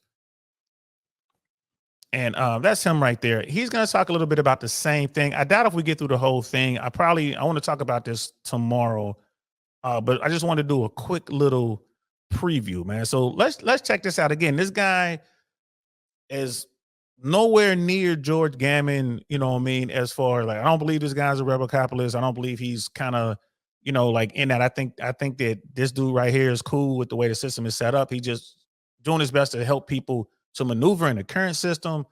I don't think he's anti-central bank. I never heard him talking about this stuff, to be honest with you. Not that I watch, like, I don't religiously watch his channel, but I do watch it. Like, he has some good topics, and this is one of them. I peeped this today. And I just want to kind of draw a contrast between what George Gammon is talking about. So George Gammon being, let's just say, the more conservative side of this, anti-central bank. George Gammon is all for, the freedom from the central bankers, from the central planners, and all about capitalism, true capitalism. I forget how he puts it. And then I would say that this brother right here is the opposite of that. And his brother is like, no, this is how the system works, and it works well. And these are the things that are going on right now, and just want to help people maneuver. So I would say this guy was more liberal, in his views on the economy and how it works, versus a George Gammon maybe being more conservative. Not to make it political, and these guys, I don't believe these dudes are political. I just want to kind of, use that to draw the distinction between the two. But let's listen to what he has to say. And this came out today as well. Turns out inflation is not going down the way everyone is hoping. And because of these higher than expected inflation numbers, the White House's Treasury Secretary Janet Yellen just came out and said that she was wrong and regrets that she said that inflation was transitory. It only took, 3 years? So here we are in March 2024, and we just got data saying that the prices of things that we buy rose faster than expected in February. But it gets a little worse. Wholesale inflation, which is when businesses have to pay more money to buy their raw products and materials, rose 2 times faster than expected in February. Now, this is where you might be thinking, well, Delsprit, it's a good thing I don't own a business. Well, you still want to pay attention. Think of it this way. If a business has to pay more money to create their furniture and toys and cars, who do you think is going to end up paying more money to buy these furniture and toys and cars in the future. Who, me? And this naturally brings us to 3 questions that I want to dive deeper into in this video. Question number 1 is, if inflation stays hotter than expected, when are we going to see interest rates actually fall? And number 2 is, if interest rates stay higher for longer, is that going to lead to an economic slowdown or a recession? And number 3 is, if inflation is hotter than expected, what does that mean for the cost of living for regular people in America in 2024? Are we going to continue to see this bigger divide between people who are wealthy and understand money and everybody else? So let me start by talking about number 1. What the heck is going to go on with interest rates if inflation is coming in hotter than expected? Now, I do.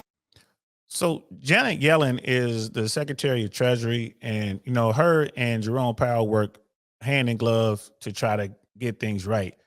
She's been saying everything's great. A lot of these numbers comes from her people.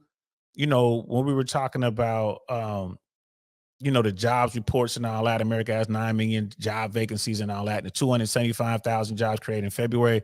All that stuff comes from, I think, Treasury and that part of the political arm.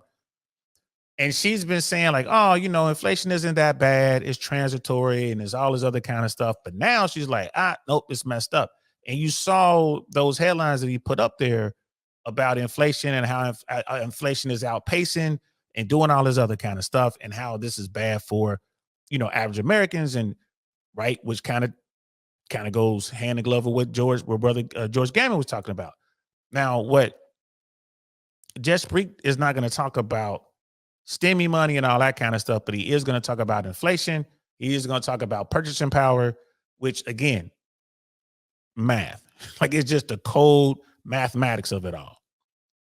I want to let you know that on April 2nd, 2024, I'm going to be hosting a real estate investing workshop where I'm going to be going over my own real estate investing strategies, where I'll be going over things that I look for to find a good real estate location, how to find a good neighborhood to invest in, how to find growing areas, and then I'll be going over how to find a good property that makes sense financially, how do you underwrite the deal, how do you make sure that this property is going to cash flow, and then I'm also going to go over how you can maximize your profit. So if you've been thinking about investing your money in real estate, or if you want to know how you can do your next real estate deal maybe a little bit better, this is a free and live workshop that I'm hosting on April 2nd at 8:00 p.m. All you got to do if you want to join me is register, and I got the link for you down in the description below. Now, to really understand what's going on with interest rates and where interest rates are going to go in 2024, I think we need to back up a little bit and understand why the Federal Reserve Bank has been forced to raise interest rates so aggressively over the past couple of years. And I haven't given this full explanation in a little while because I talked about this a lot in 2020, in 2021, and 2022, but I think it's very important to understand this right now. See, the thing that so many people get wrong about inflation is that inflation isn't actually the prices of things rising. That is a consequence of inflation. Inflation is when the value of your dollars drop. And between 2020 and 2021, during the pandemic, the Federal Reserve Bank printed trillions and trillions of dollars to help stimulate the economy. Because remember, the government was passing these major stimulus programs, but the government wasn't sitting on trillions of dollars in the bank account. I mean, if there were, we wouldn't have this 30-some trillion dollars worth of national debt.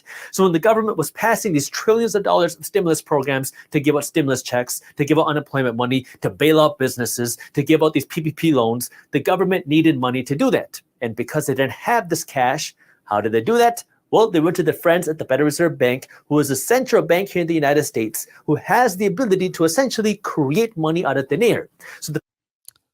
So yeah, I'll see right there. When you get into the math of it, all of the talking heads are on point. They're all saying the same thing, right? You just see those quick headlines that they popped in there. $2 trillion under Trump, 1.9 billion. Might as well call it 2 trillion. 1.9 trillion under Biden. Between those two administrations, you're looking at $4 trillion added to the deficit, which was approved by all of the people, Republicans and Democrats alike, in Congress. You see what's going on here, right? It's just one of those things. And what he said, it came out in stimmy money. It came out in unemployment benefits. It came out in PPP loans. All that stuff, man. Get UBI, PPP, whatever you want to call it, is the government giving people money.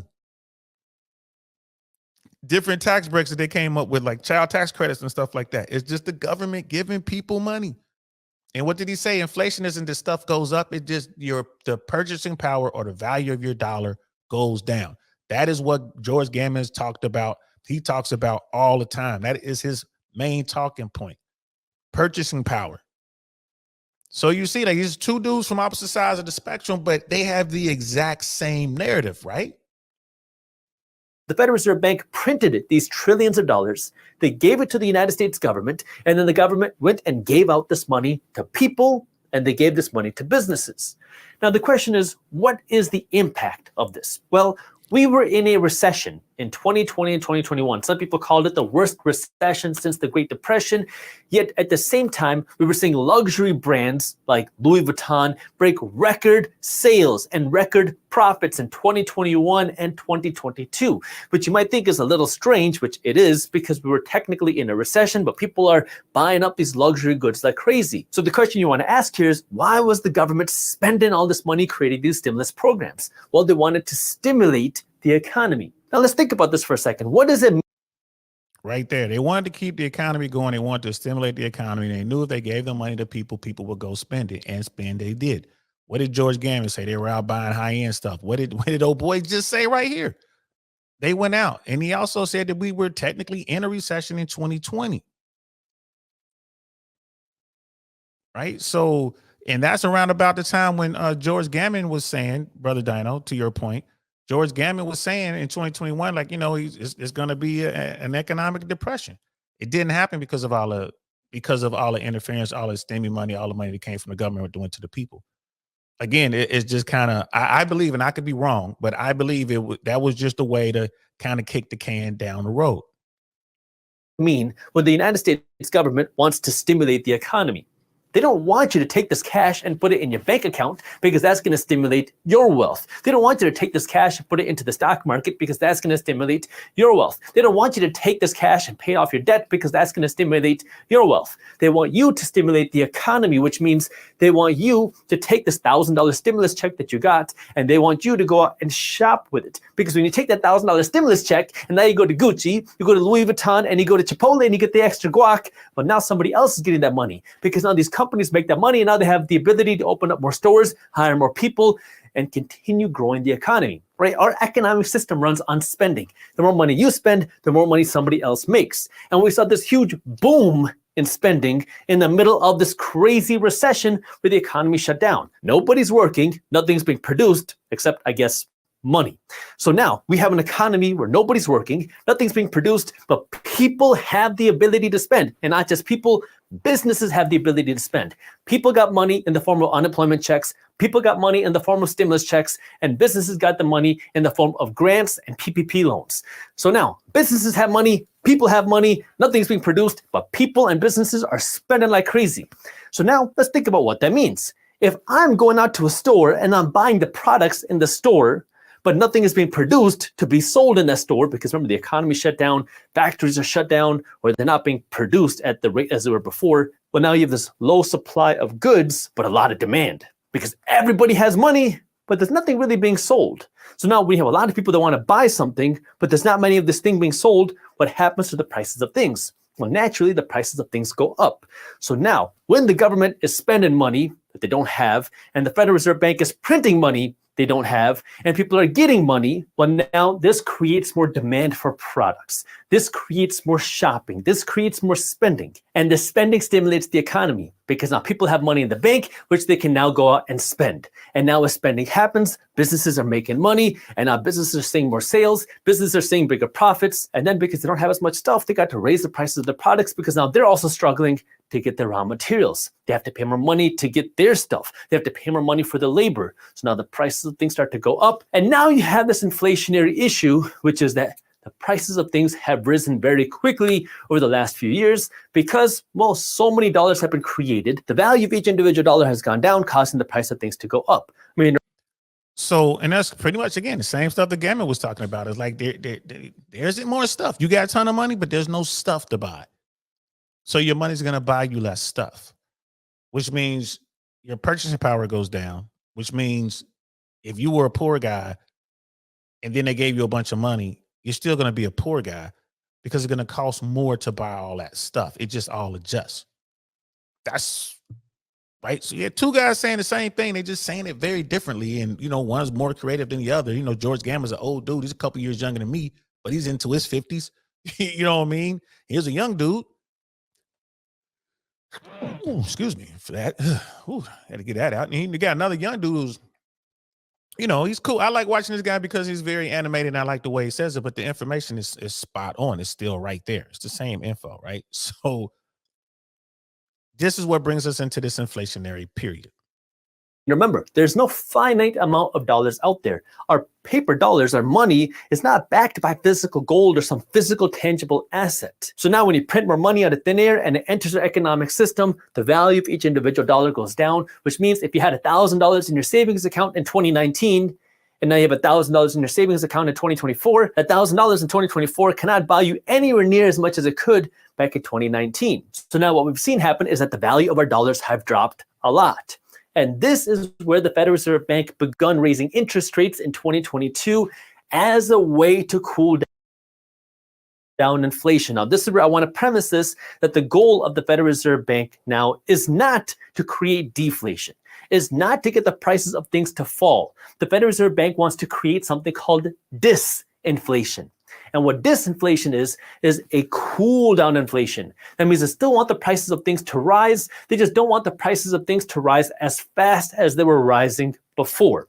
So now the Federal Reserve Bank wants disinflation. And this means now they want the prices of things to start rising a little bit slower. That doesn't mean we're going to go back to the 2019 prices. That means they want things to be more expensive this year than last year, but not a whole lot more expensive. The Federal Reserve Bank wants an inflation target of 2%, meaning they want the prices of things to rise by around 2% a year, but we're still quite a bit higher than that. This is where now understanding, well, the inflation issue was originally caused by the Federal Reserve Bank printing money and then the government spending money.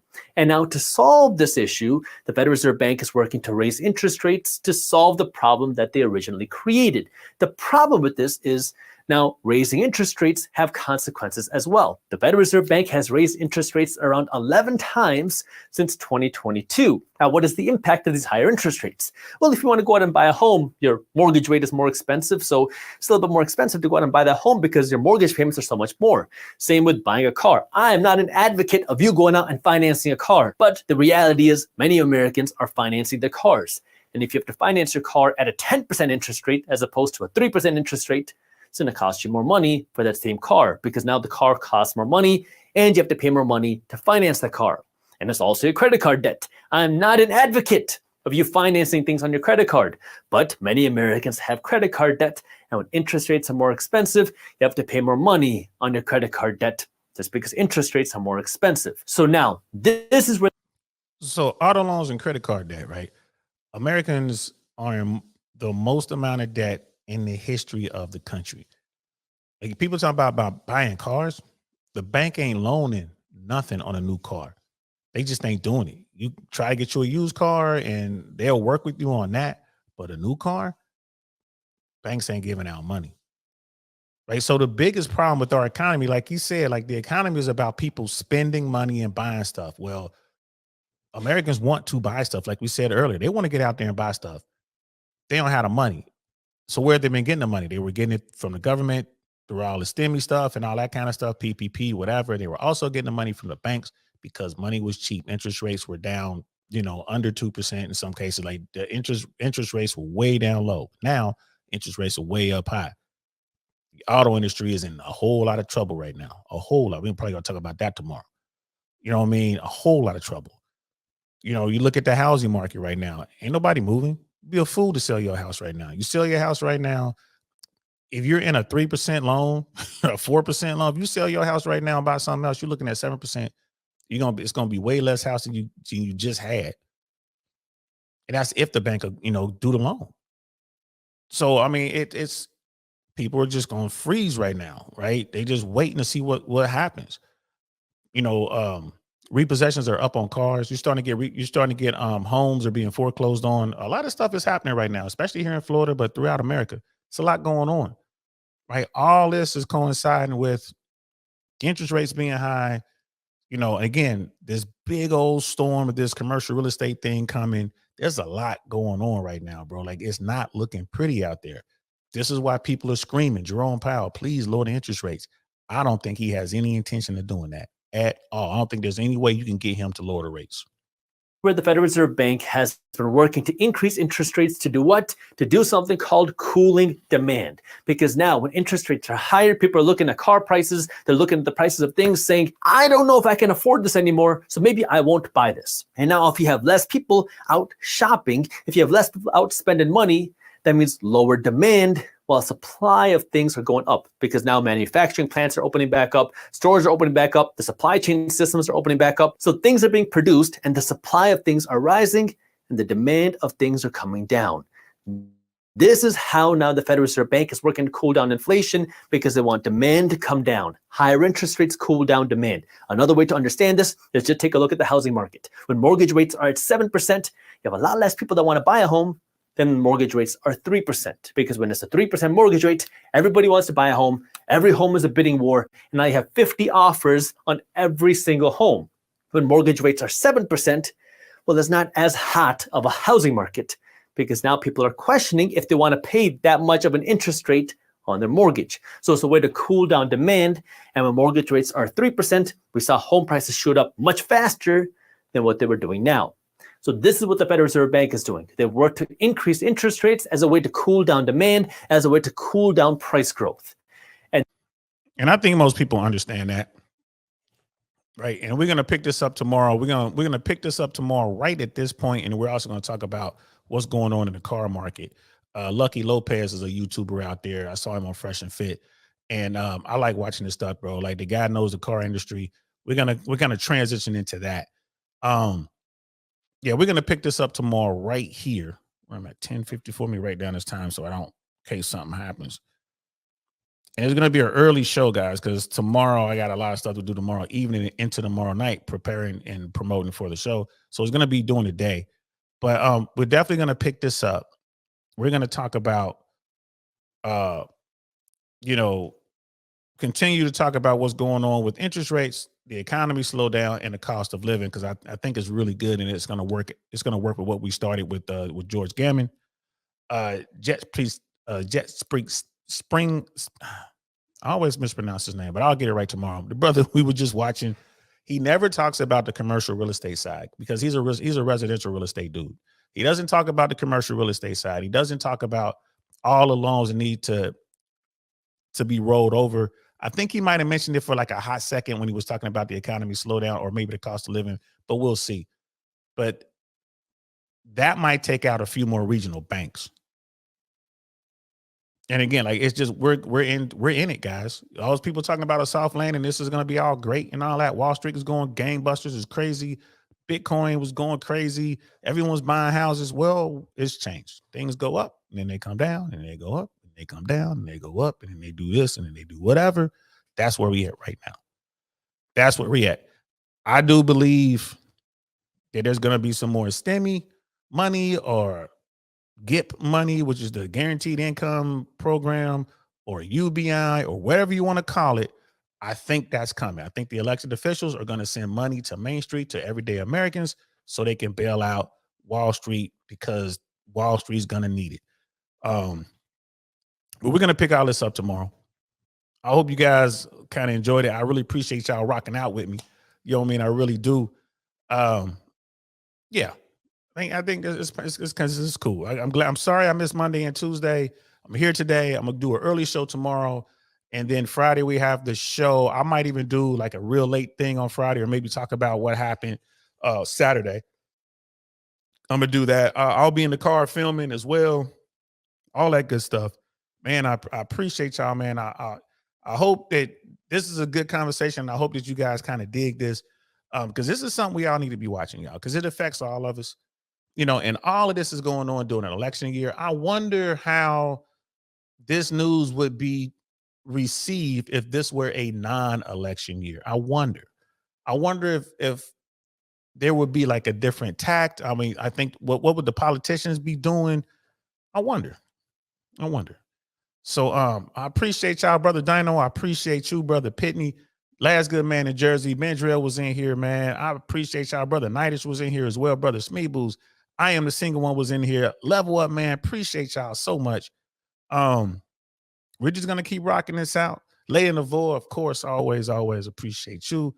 We're gonna keep rocking this out, man, and seeing what it do. Don DeMarco to y'all. I appreciate each and every one of you. This is we're just gonna keep doing this and see what it do. Yeah. I'm just kind of looking at it like, man, what are we going to do? So I will see y'all tomorrow. I'm gonna jump on early. I'm gonna try to get on around noonish Eastern time, maybe 1 o'clock at the latest. We'll see. Just do me a favor. Just kind of keep the computer open, like 1 hour on the computer, and see. I'm just gonna jump on here and make this happen. I'm DL Saint. This is I Really Want to Know podcast. I'm gonna see y'all tomorrow. Peace.